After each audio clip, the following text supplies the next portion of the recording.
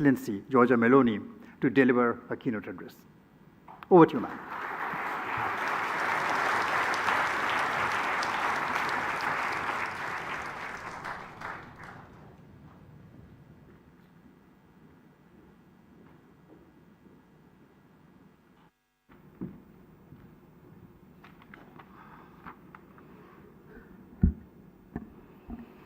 Well, dear Prime Minister Modi, Excellencies, distinguished guests, namaskar.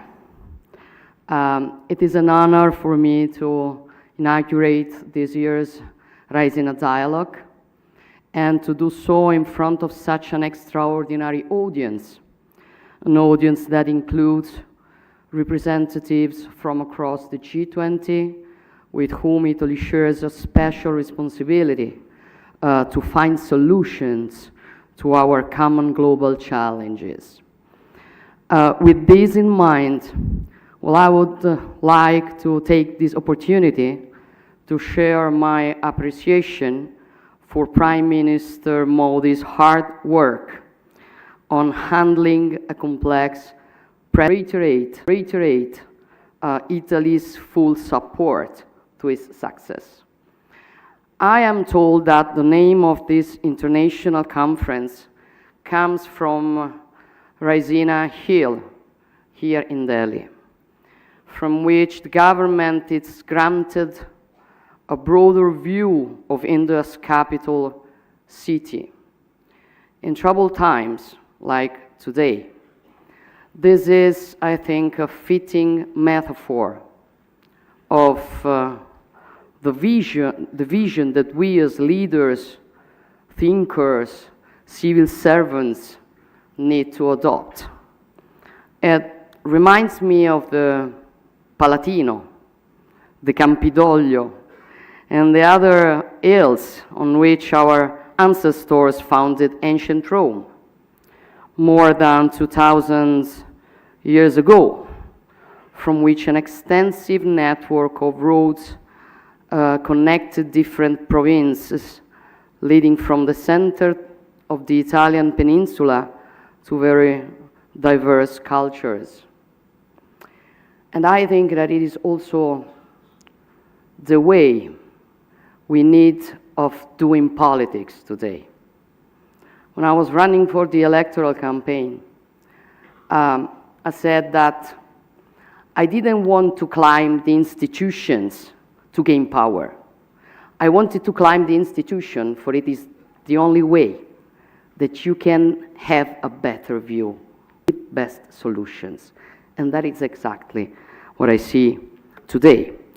As we look at events around us, our identity shapes our field of vision, both as individuals and as nations.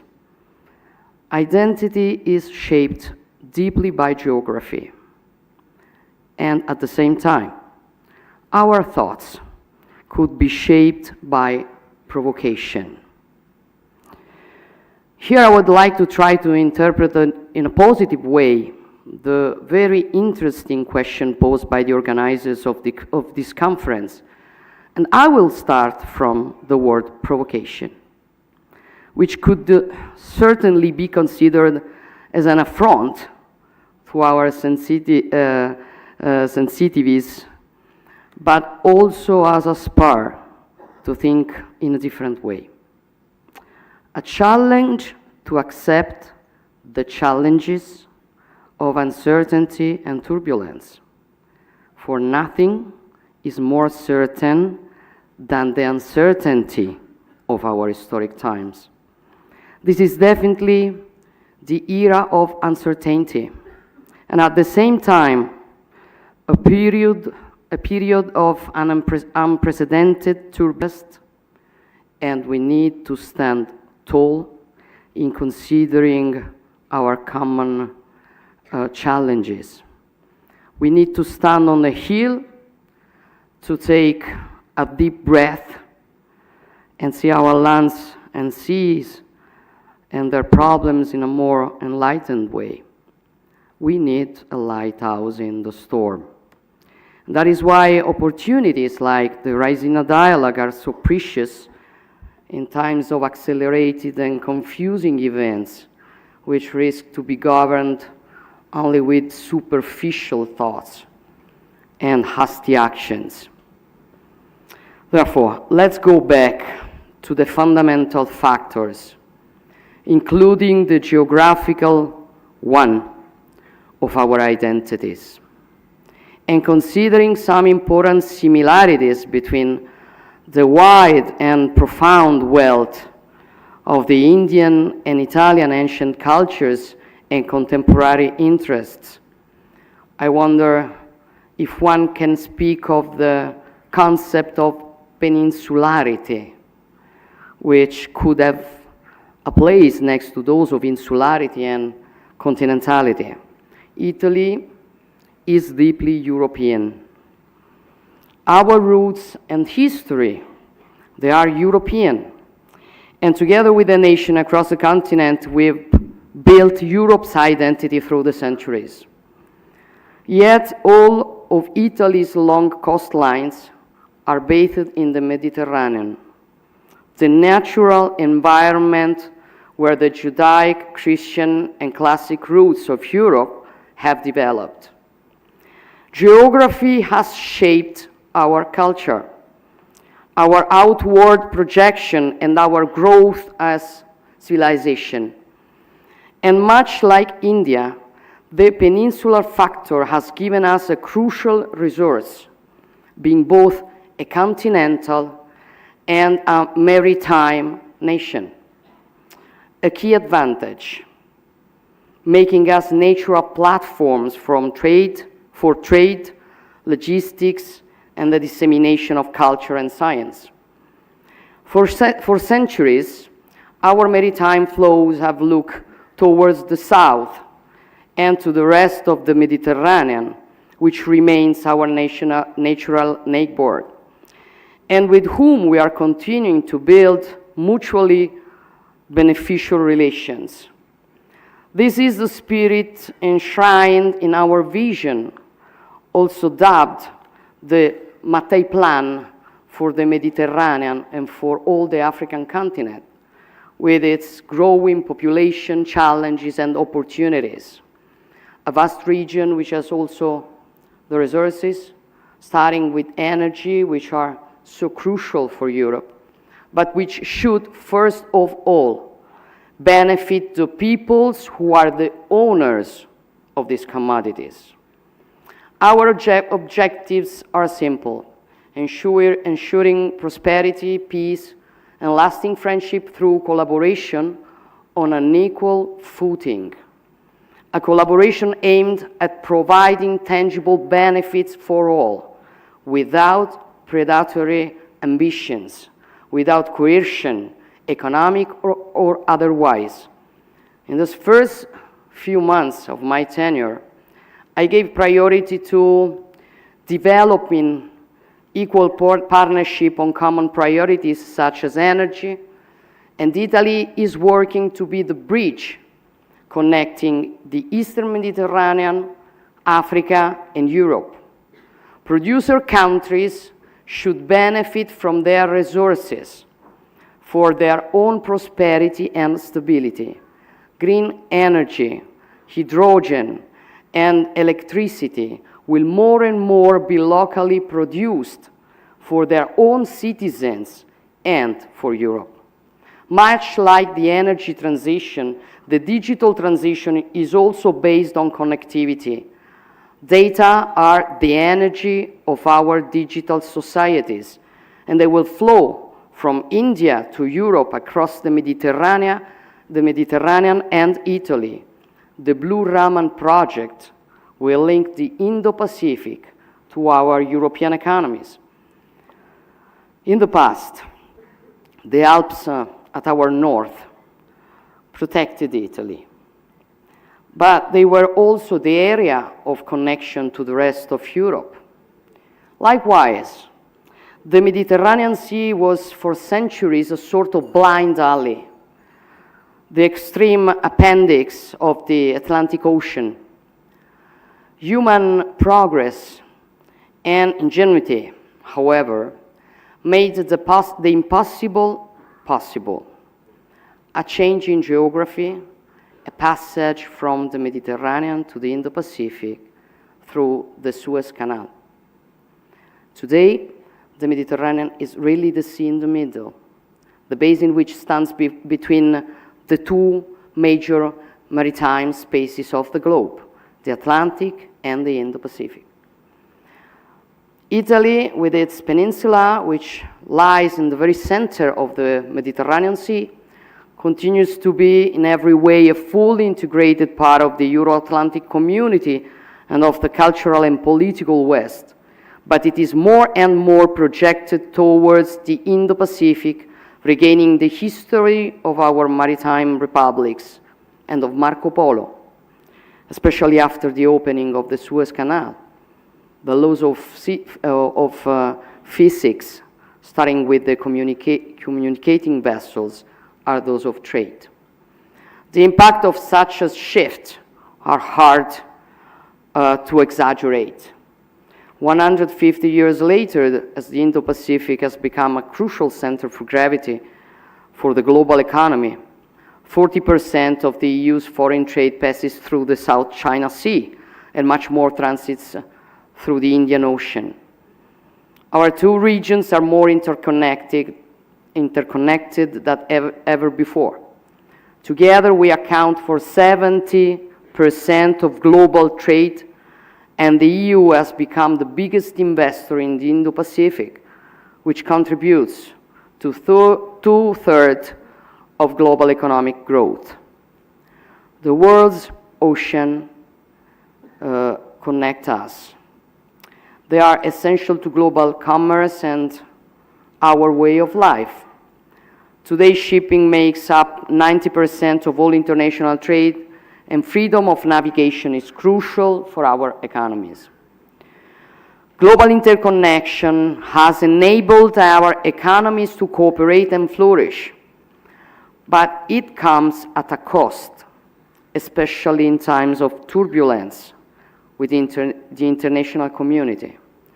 What happens in Europe affects the Indo-Pacific in ways it would not have in the past. And what happens in the Indo-Pacific has direct repercussions in Europe. This is not a surprise. This is not a black swan. It is rather a gray rhino we should have seen. And it is something we need to keep in mind as we move forward.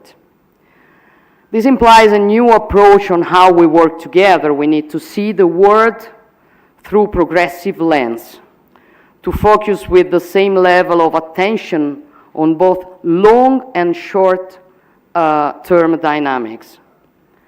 We face a war of aggression which brings us back to the tragedies of the 20th century, but at the same time we need to have the necessary vision to be prepared for the challenges of the 21st century.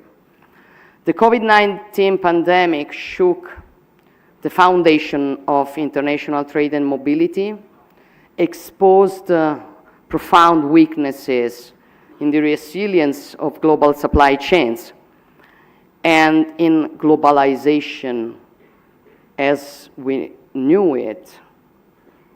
They said we could solve every problem with free trade. We were going to have democracy and richness for everybody. It wasn't like that. And we have to face what we were wrong in. As we worked to overcome these challenges, recover from the pandemic's devastating impact, and restore global trade flows, the Russian war of aggression against Ukraine disrupt global energy prices, endangered food security, and sent waves of inflation across the world to the detriment of the most vulnerable, especially in the global south. And it also put at risk global stability, peace, security, which depend on a predictable, rules-based international order. Just 1 year ago, we were poised to face the challenges of the 21st century, which were eradicating poverty, addressing climate change, managing the impacts of digitalization on information flows and on daily life in our societies, handling the advent of new technologies such as quantum computing and artificial intelligence. However, the events of February 24th last year brought us back to the wars of 20th century. I was in Kyiv last week. I witnessed a hard reality on the ground and felt the strength of the Ukrainians' national spirit among the destruction. The war is a war in Europe, distant geographically from many other parts of the world, which in many cases are facing their own hardships closer at hand. This should not, however, overshadow the relevance of what is at stake. The Russian attack is not simply an act of war or a localized conflict. It is an act against the territorial integrity of a sovereign nation in violation of the fundamental principle of the global order that enables the international community to thrive. And we cannot allow the very foundations of international law to be threatened, without which only military force would be taken into account, and every state in the world would risk being invaded by its neighbor. These are not only the interests of the European countries. These are the common goods for the coexistence of all countries of the world. We cannot sit idly in the face of this with this provocation at the heart of the UN Charter, which threatens to undermine stability across the globe. And we cannot allow the law of the strongest to overcome the strength of law. I know that there are many who feel that Europe has in the past failed to acknowledge that the world's problems are also its own. And perhaps until the past few years, our geopolitical stance has been less vocal than it could have been. This is no longer the case. And initiatives such as the EU strategy for the Indo-Pacific demonstrate that our views have indeed broadened. Regional affairs rapidly turn into global affairs in today's interconnected world. And unfortunately, Europe's problem today has become the world's problem. Italy and India share a profound conviction that only the rule of law can allow humanity to prosper and develop in balance and harmony. As forward-looking countries with rich cultures dating back millennia, we have a common human-centric vision in which democracy, science, peace, prosperity go hand in hand. The relationship between artificial intelligence and ethics is crucial. All developments must be human-centered. Our strength lies in our human capital, in our abilities to create and to push the boundaries of science, knowledge, and technology while keeping the state at the service of our citizens. We are building new bridge between academic and research centers of Italy and India. Despite the long history of our respective people, we are both young as states. We have had to overcome intense similar struggles to establish ourselves as independent states. It is no coincidence that the Italian Risorgimento was among the sources of inspiration for many Indians fighting for their independence, and that the work of Giuseppe Mazzini, a key figure for Italy's unification, was translated, read, and studied by many Indian patriots. Gandhi himself, whose Young India drew from Mazzini's Giovane Italia, recognized his influence, saying, "There are few examples in the world of a man who alone accomplished this country's resurrection by the power of his thoughts and extreme dedication throughout the course of his life." Our civilizations have met, touched, and influenced each other along the centuries. There are many examples, but one struck a particular chord with me: the discovery of an Indian ivory statue in the 2,000 years old ruins of Pompeii. A powerful testimony of the depth of our historical relations. Our cultures are hymns to life and love, and we will continue to fight with determination against those who worship hate and violence. Terrorism is a cancer that also needs to be faced through a wide international cooperation, and it must be addressed with leadership and resolve. As I sit in my office in Palazzo Chigi in Rome, which is known as the Prua d'Italia, the bow of Italy, I'm often reminded of my nation's maritime nature. As we navigate the waters of the world, we must navigate the new horizons of the 21st century. We need to see better as we move through uncertainty, to strengthen the resilience of our global relationships through greater cooperation and diversification.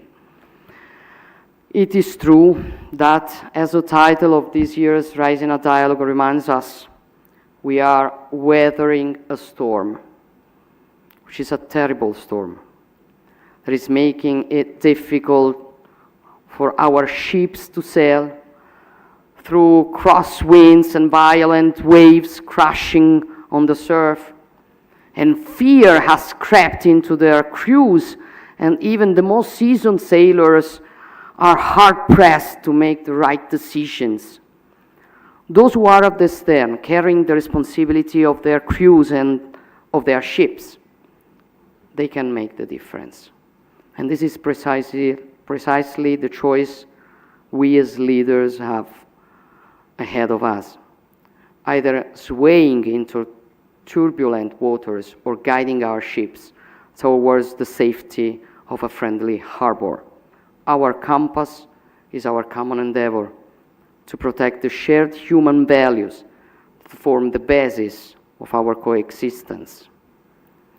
India is a key player in this broad landscape, bathing in the Indo-Pacific much as Italy is at the heart of the Mediterranean.